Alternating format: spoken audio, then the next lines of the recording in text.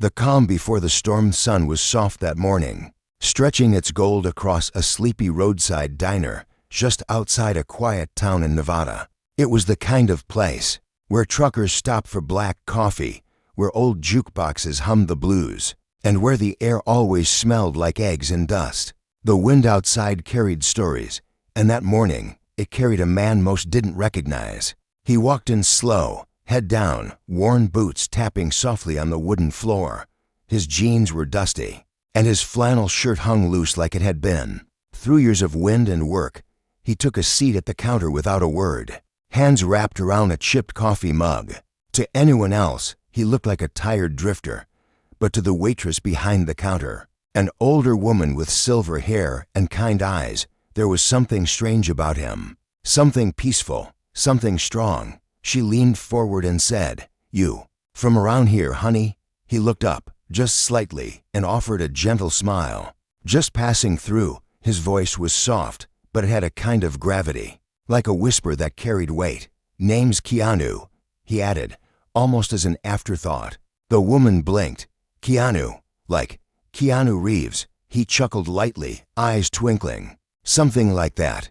She laughed too, brushing it off as a joke, and poured him another cup. Outside, the calm was breaking. 5 motorcycles rumbled in like a thunderstorm. The engines echoed against the diner's walls. The air changed. People looked up from their meals. The bikers wore leather, their faces hard, eyes hunting for trouble. They didn't come for food. They came to own the space. The door swung open, loud and careless. One of them, the biggest, stepped inside. He had a beard like wire and a scar across his cheek. The others followed, pushing past tables, knocking over salt shakers, laughing loud and wild. "This our table now," the bearded one growled, pointing at a booth already occupied by a young couple. The couple scrambled away, afraid to speak. "Sit down, boys," he barked, and the gang dropped into the seats like they owned the place. They yelled for beer. They cursed. They mocked the waitress when she brought their drinks, calling her names that made her hands shake. The older woman glanced at Keanu, nervous, as if silently pleading for help. Though she didn't expect any. Keanu just looked into his coffee. He didn't flinch. He didn't move. The bearded biker noticed. "Hey," he said, walking over to the counter. "You deaf old man, didn't you hear us say we run this place now?" Keanu didn't answer. Another biker stood up, younger, angrier, with tattoos crawling up his neck. "Maybe he needs a little wake-up call." He stepped closer. The other diners stared in silence, frozen. The biker reached for Keanu's shoulder. Then everything changed. With one smooth motion, Keanu grabbed the man's wrist before it touched him. His movement was silent, fast, controlled. In the blink of an eye, the biker was on the ground, gasping, holding his arm like it was broken. No one saw how it happened. "What the bearded man growled, stepping forward. Keanu stood up slowly. And in that moment, the air felt different, heavier. Time slowed down for everyone watching. Keanu's back straightened. His calm disappeared. What stood there now was something else, something trained, something dangerous. I said. Keanu's voice was still quiet, but it held thunder. "I'm just passing through." The room held its breath. Another biker charged. A punch flew. Keanu moved like a ghost. He ducked under the punch, twisted the man's arm, and sent him crashing into a table. The wood cracked beneath him. The third and fourth bikers looked at each other, uncertain. But pride pushed them forward. Mistake. In less than 6 seconds, both were on the floor. One was unconscious. The other cried out, clutching his ribs. The bearded one was last. He stared at Keanu. His fists were shaking now, not with rage, with fear. Who are you?" he whispered. Keanu looked at him, then looked around the diner. He saw the waitress still frozen, holding a tray with trembling hands. He saw the couple by the window, huddled together. He saw a little boy hiding behind the jukebox. He took a deep breath. "I'm no one," he said gently, "just a man who respects peace." He walked toward the door, brushing past the bearded man, who flinched but didn't move. Just before stepping out, Keanu turned back and added, "Leave this town alone." Then he was gone. The wind caught the door as it closed behind him. Outside, The 5 bikes stood like dogs waiting for their masters. He paused, then knocked over each one. They fell in a loud, heavy clatter. He didn't look back. Inside the diner, no one spoke for a full minute. The waitress finally set down the tray. Her hands were still shaking, but her eyes were filled with something else now. Wonder. But this was only the beginning. What no one knew was that these bikers weren't just some random gang.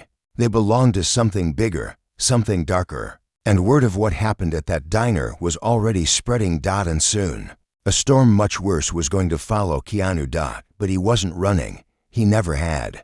Ghosts from the Firth road ahead was quiet. But Keanu felt the storm behind him. He didn't look back as he walked along the dusty path that cut through the edge of the desert. The wind pushed against his shoulders, like it was warning him to turn around, but he kept going, step by step. His boots left calm prints in the sand. Behind him, the 5 fallen bikers were being pulled to their feet by the town sheriff, an old friend named Tom, who had arrived minutes too late. Tom had been getting gas on the other side of town when the call came through.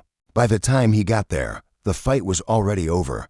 All 5 bikers were injured, bruised, but still breathing. And all they could say was one name. Keanu. Tom knew that name well. Not because of Hollywood, not because of movies. But because once, many years ago, they had served together. Special Unit, Black Ops, Delta Force. And Keanu. He wasn't just any soldier. He was the best they'd ever seen.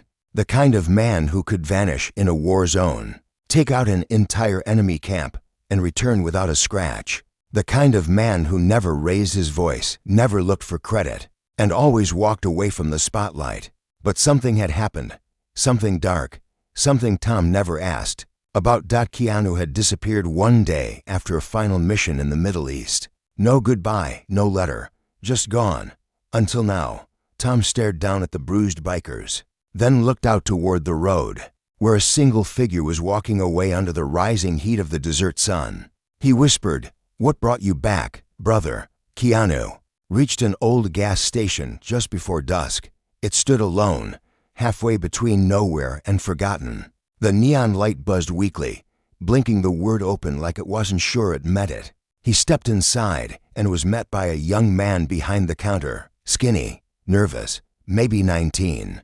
The boy looked up and froze. Are you him?" he asked, the guy from the diner. Keanu didn't answer right away. He just looked at the small fridge of water bottles, grabbed one, and placed it on the counter.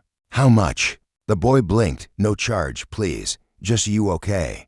Keanu nodded. "Just tired. They said you dropped 5 bikers in seconds." Keanu looked at the boy for the first time. "Don't believe everything you hear." The boy hesitated. "They also said they're coming back. With more. They're part of a crew, real bad people. They got a base in the hills, meth, guns, worse." Keanu took the water and stepped outside. He didn't speak again, but inside, his chest tightened. Not from fear. From memories. That night, he camped under the stars. The wind was soft, the stars endless. He laid his back against a tree, firelight flickering against his face, and pulled out a small photo from his pocket. A girl, smiling, maybe 10 years old. And beside her, a woman. Her smile was soft, her eyes kind. Keanu stared at the photo like it held the last bit of warmth in his world. Her name was Lucia, his daughter.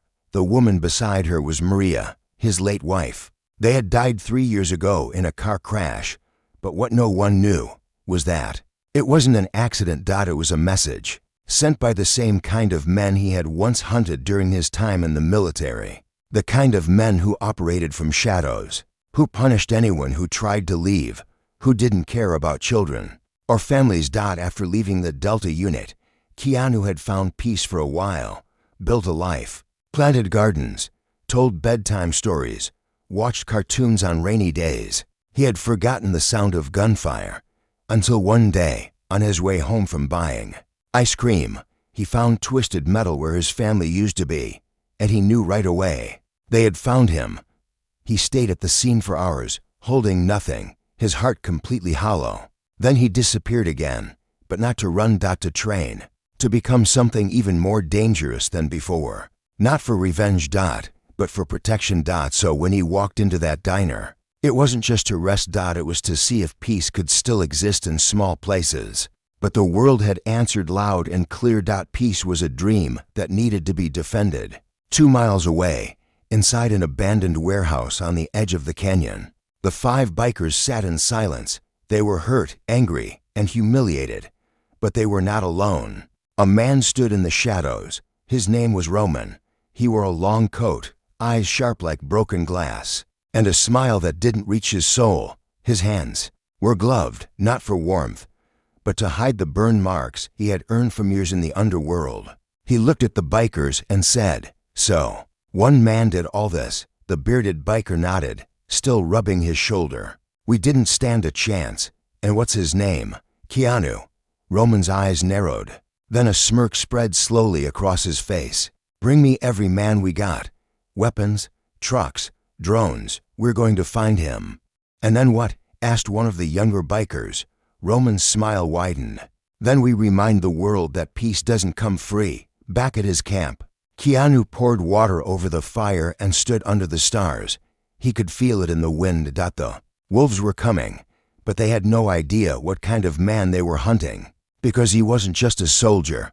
He was a father who had already lost everything, and there was nothing more dangerous than a man who had nothing left to fear. But this was only the start, because Roman wasn't just a gang leader. He had ties to the very people who destroyed Keanu's family. And soon, the past Keanu tried to bury would rise again, with fire, blood, and a choice that would test everything he believed in.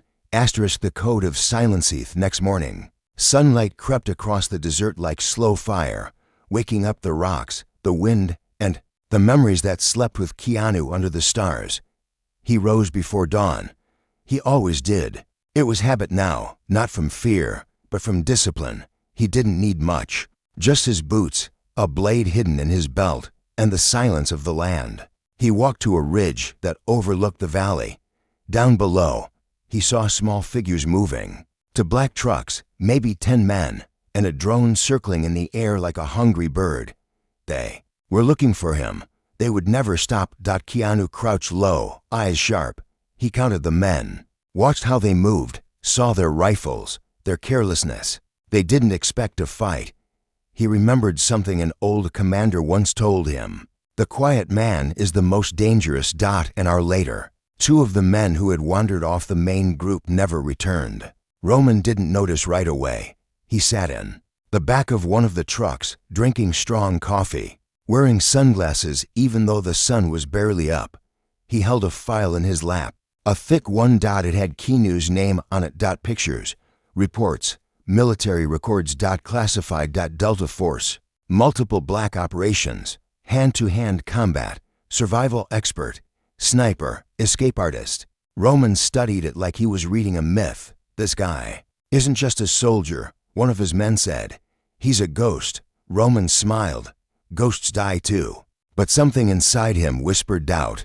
Deep down, Roman knew he had poked the wrong bear. Still, his pride was louder than his fear. He made a call on his satellite phone. "Bring in the hunters," he said. "I want this man before sundown." In a small cabin hidden behind a broken mountain trail, Keanu cleaned his hands. They were covered in dust and the faint smear of blood. Not from hate, but from necessity. He had left the 2 men alive, tied, silent, but their eyes had seen something they would never forget. It wasn't his strength that had scared them. It was his calm. Keanu sat by a small wooden table, opened a notebook, and started to write. Not for himself, for someone else. "Lucia, I know you're gone, but sometimes I feel like you're watching me. Like maybe you're the wind that touches my shoulder at night. I wish you had more time to grow, to dance, to be a kid. I don't know if this fight will ever end, but I'm not done yet. Not until I make sure no other little girl loses her father the way you lost yours. Not until I silence the noise." He closed the book and placed it inside a metal box under the floorboards. Just then, he heard a twig snap. He was already moving before the sound finished. Outside, 3 men in tactical gear moved through the trees. They were faster than the bikers, smarter, former mercenaries, hired by Roman for double the usual pay. They didn't speak.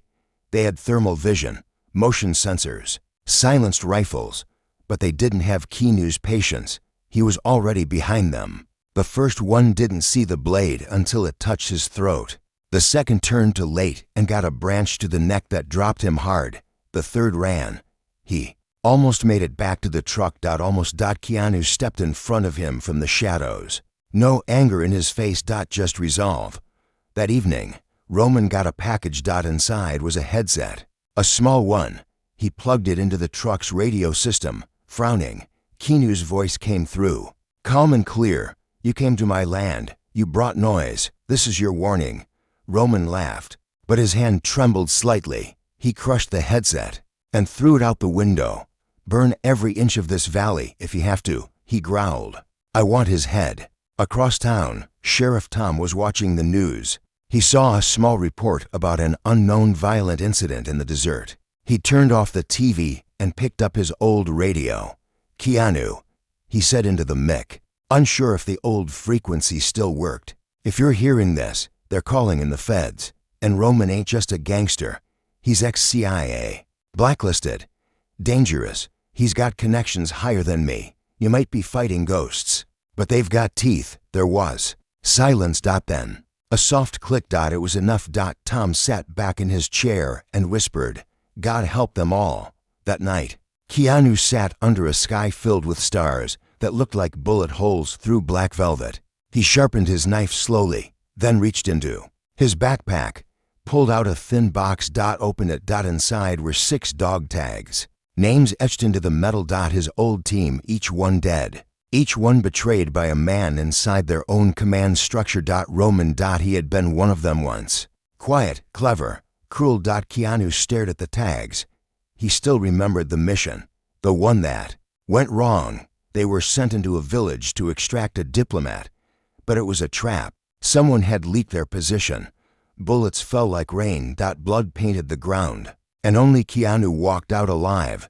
That he had suspected Roman for years. Now he was sure this wasn't just about bikers. This was about unfinished war, and the man who had turned peace into a lie. Keanu placed the tags around his neck, one by one, like armor. He whispered each name as he did. Michael, Eli, James, Ronnie, Paul, and David. He stood up, full of ghosts, but they didn't haunt him. They walked with him. Because now, he wasn't just fighting for himself. He was fighting for the men who never got their justice, and for every child who deserved a world without men like Roman in it. But Roman wasn't done yet. He was planning something bigger. He wasn't just sending men now. He was sending machines. Drones, heat seekers, fire. Because if he couldn't outfight Keanu, he would burn everything around him until Keanu had no place left to hide. And the war would finally begin. Fire at the edge of Mercythe. Wind shifted that morning. It wasn't just sand it carried now. It carried fear. Roman had unleashed his full wrath. Black trucks rolled down into the valley, 5 of them, loaded with weapons, loaded with men who didn't care about law, life, or anything except money and power.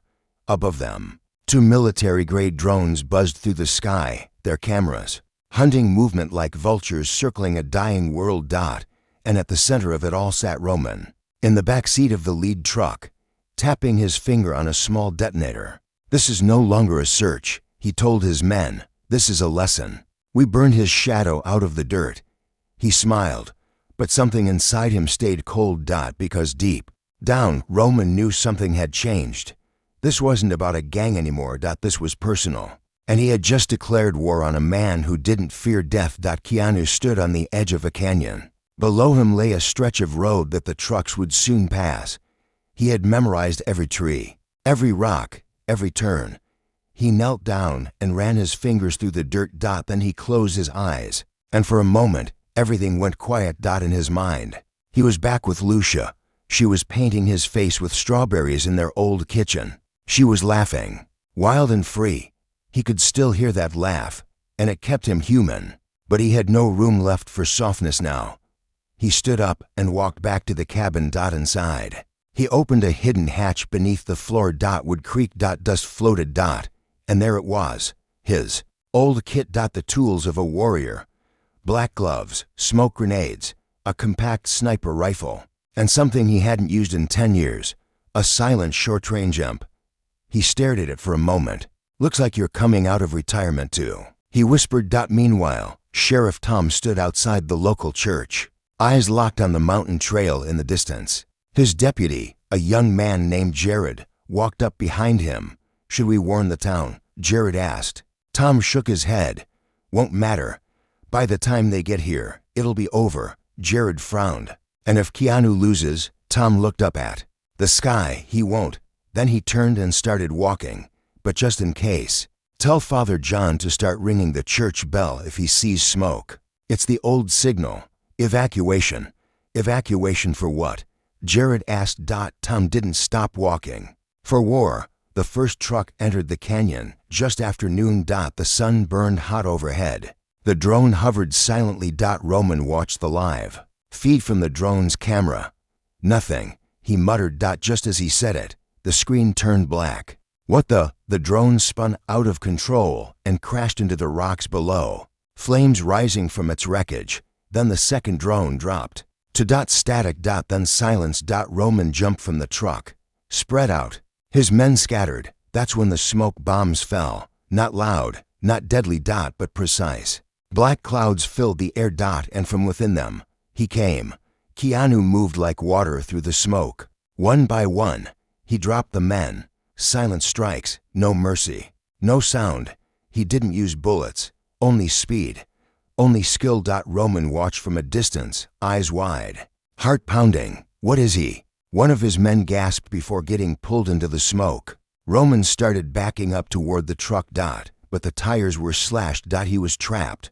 Keanu stepped out of the fog. Face calm, eyes focused. Roman raised a pistol. Stay back, he shouted. I'll shoot. Keanu kept walking. Roman fired once. Missed. Twice. Missed. Then Keanu was on him. With one brutal move, he disarmed Roman and knocked him to the ground. But he didn't kill him. Not yet. Who paid you? Keanu asked. Roman spit blood and laughed. You think this ends with me? Keanu leaned down. It begins with you.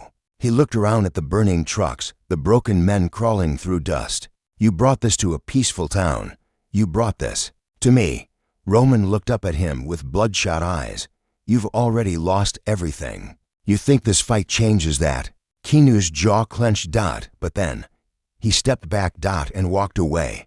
He didn't kill Roman. Not because he couldn't, but because he needed Roman to carry a message. The fight wasn't about revenge anymore. It was about stopping something bigger. Hours later, Tom arrived at the scene with a few officers. Roman and his men were still there. Injured, humiliated. Silent. Keanu was gone, vanished into the wind again.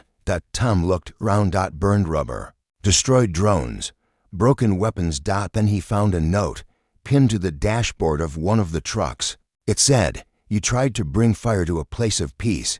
Next time, I won't let you walk away." Far away, Keanu walked along a ridge. The sun was setting behind him, the wind cold against his face. He carried nothing but a backpack and a memory. At a small overlook, he sat down and pulled out Lucia's photo again. "I didn't let him go because I'm weak," he whispered.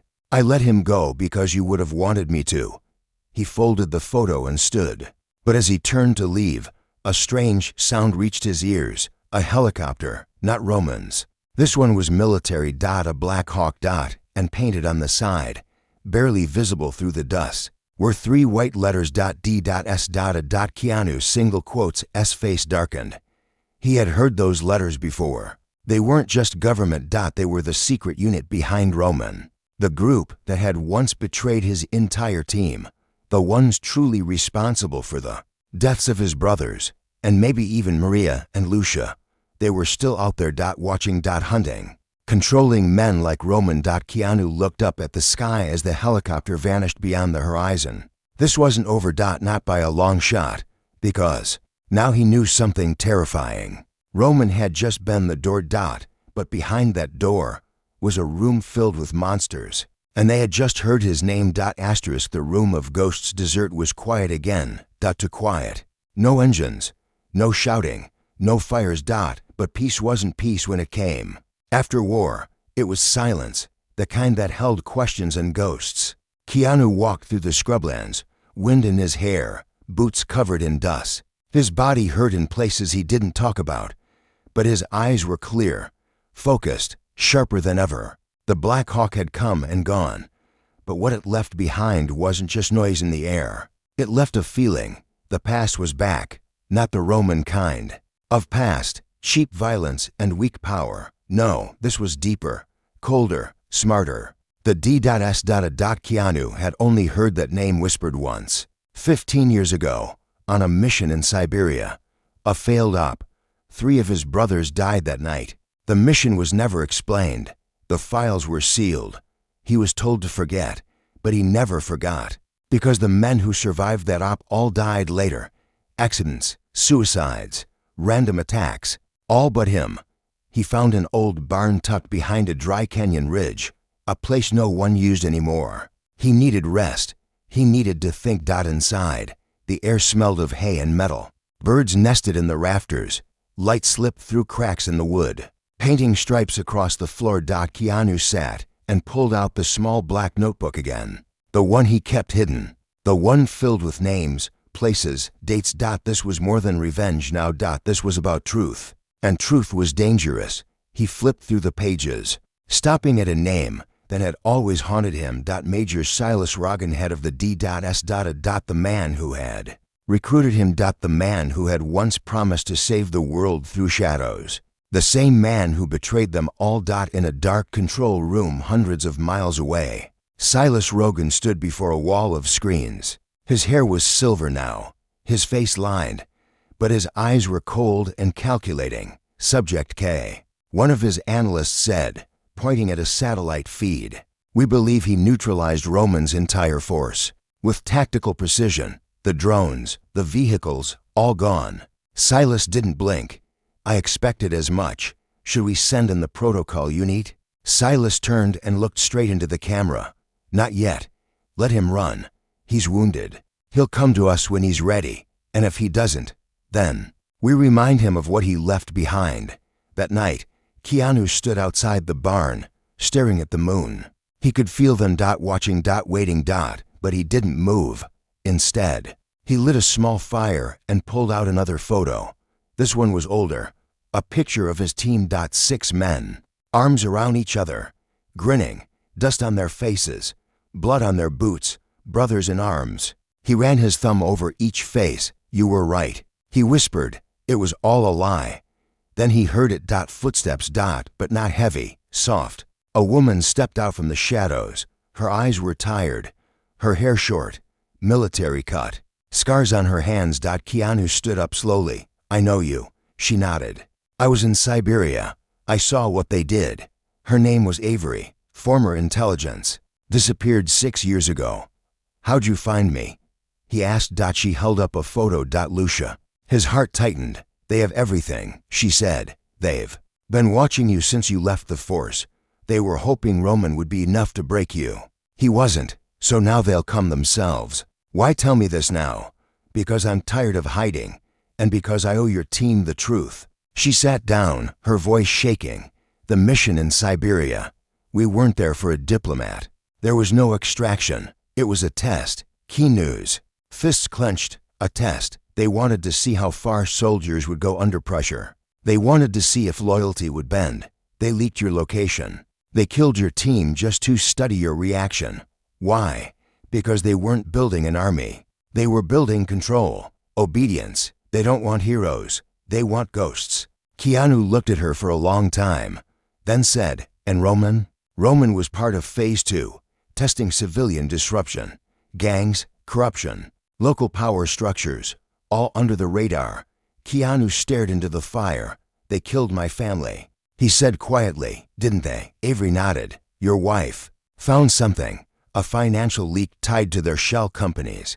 She didn't know what it was. She told a friend. That friend told someone else. The car crash was staged."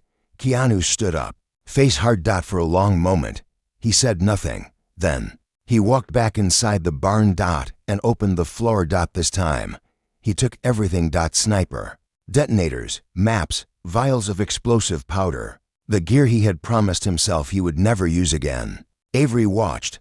"Where are you going?" He looked over his shoulder. I'm not going anywhere. Then what? I'm bringing them here. The next 3 days were spent preparing. Keanu and Avery worked in silence, setting traps, digging in, watching the skies, planting false trails. Word spread. Roman was gone. His men scattered. But now something bigger was moving. Tom heard it too. In the middle of the night, he got a knock on his door. Keanu stood there. It's time, he said. How bad? Tom asked. Worse than anything you've seen. Should I evacuate the town? Keanu nodded. Get the kids out first. On the 4th day, it began. A black jet flew low over the valley. 10 minutes later, 2 military trucks rolled in from the east. For commandos stepped out, faces covered, weapons sharp. At the center of their formation walked a man in a long coat. Major Silas Rogan. He looked around at the open landscape. Then smiled. Come out, Keanu, he said loudly. You always did love theatrics. Silence answered. But then a voice echoed from the hills. You shouldn't have touched my family. Silas turned. There you are. Keanu stepped out of the trees. Alone. No fear. No smile. Just fury and focus. You going to kill me, soldier? Silas mocked. Keanu raised his voice. No, I'm going to show the world what you are. A sound echoed behind him. A buzz. A drone. Live streaming. Avery stood behind it, controlling the feed. And suddenly, everything was different. Keanu stepped forward. You ran experiments on your own men. You killed families. You built a system on pain. You have no proof, Silas said. Keanu held up a small chip. This is every file from your old servers. Locations, signatures, orders. Silas laughed. And who's going to believe a ghost? Keanu smiled. Everyone watching right now. Silas turned to look and saw the red light on the drone. Blinking. Live. Broadcasting to the entire country, including people in power he thought were long asleep. His smile faded. You'll die for this, he said. Keanu stepped closer. Maybe. Then he dropped a smoke bomb. And vanished. The war had begun. But this time, it was on Keanu's terms. And the world was finally watching. But Silas still had a weapon. One Keanu hadn't expected. Because somewhere in a lab, someone had survived. Someone they were keeping as leverage. And when Keanu found out who, everything he believed would be shaken. The girl in the shadows drone feed had gone viral overnight. The footage of Silas Rogan, exposed in the desert, cornered by his own secrets, had reached every corner of the web. Reporters, whistleblowers, military watchdogs, even members of Congress. But power does not fall easily. And Silas, he had one more card to play. He watched the reports in silence, his face still, his breath steady. Then he turned to his assistant and gave a quiet order. Release Protocol 0. The assistant hesitated. Sir, that means do it. Deep beneath an old government research center, a locked room opened. Inside was a child. Not just any child, a girl, maybe 13. She sat on a hospital bed, staring at a wall filled with photos and drawings. Her face was pale, her hair dark, her hands shook slightly. She looked up as the door opened. Where's Mama? She asked. No answer. The agent simply said, it's time to move you. Back in the desert, Keanu and Avery watched the chaos unfold online. Messages flooded in, support, threats, silence from the officials. But then Avery's face changed. As she scrolled through an encrypted file, she clicked one name. Froze. Then looked at Keanu. You need to sit down. Keanu didn't. He just stared at her. What is it? Avery handed him the screen. He read it once. Then twice. His hands trembled. His heart cracked open. His daughter, Lucia, was alive. They had lied. They faked her death, replaced the car, paid off the officials, and taken her. Because her mother, Maria, had been more than just a wife. She was a data analyst, and she had discovered something no one else had. Lucia carried a rare genetic marker, a sequence that made her a perfect test subject for neurological programming, for control, for obedience. They hadn't just killed Maria. They had taken Lucia to build the perfect soldier, a child built from pain and silence. Keanu dropped to his knees. He hadn't cried in years, but now the tears came, not for weakness. But for the girl. Who had waited all this time? Alone. Double quotes. Where is she? He whispered. Avery pulled up the coordinates. A compound in Colorado, underground, protected. But if we move now, we can get there before they relocate her again. Keanu stood. Let's go. The final journey was not easy. They crossed mountains. Rivers, narrow roads filled with men looking to stop them. But Keanu moved like fire through dry grass. Every time someone stood in his way, they fell, not because he hated them, but because he loved her. And nothing in this world would stop him from reaching his daughter. They arrived at the compound just before sunrise. It was cold. Snow on the ground. Keanu stepped out of the truck and looked at the building. A fortress, steel doors, guards, drones. Avery placed a hand on his shoulder. You don't have to do this alone. Keanu looked at her, then shook his head. I do. She nodded once, then handed him the last piece. A pendant. Inside it was a photo of Lucia. Age 10, the last one he ever took. Bring her home, Avery said. Keanu entered like a ghost. No alarms, no sound. He took out guards with precision, quiet, clean. He moved through halls lit only by red emergency lights. Down in the lower levels, he found the room. Room 17. He opened the door, and there she was, sitting in a chair, a machine hooked to her arm. Her eyes opened slowly. They met his. And for a moment, the whole world stopped. She looked at him. Tilted her head and whispered, Dad. Keanu dropped to his knees. Baby, he said, voice cracking. I'm here. She stood slowly, confused, scared. They said you were gone. He pulled her close, held her like the world would end. I'm never leaving again. They moved fast after that. Alarms finally blared. Guards poured into the halls. But Keanu had already memorized the escape plan. He shielded her with his own body. Got her to the top. Bullets chased them, but light poured through the door ahead. Freedom. Just as they reached it, Silas Rogan appeared. Gun in hand. You think you've won, he snarled. Keanu stepped in front of Lucia. You lost the moment. You touched her. She belongs to the program. No, she belongs to me. Silas raised the gun, but Keanu was faster. A single shot. Silas dropped. Blood on the snow. Silence. Outside, Avery waited with the truck. Keanu carried Lucia in his arms. Her head rested on his shoulder. Safe. Alive. He looked at the rising sun. And for the first time in years, he smiled. Weeks passed. The world changed. The files were leaked. The DSA collapsed. Truth spread. Keanu and Lucia moved to a quiet farmhouse by the sea. She laughed again. Not every day. But some days. And he cooked pancakes, read bedtime stories, planted flowers. He still had the scars. The pain, the memories. But now he also had hope. And that was enough. One evening, Lucia sat on the porch watching the sunset. She looked at her dad and asked, Why didn't you give up? Keanu smiled. Because love doesn't run. And in her eyes, he saw Maria. Alive. Soft. Strong. He wrapped an arm around her. We're home, he whispered. For good. He nodded. For good.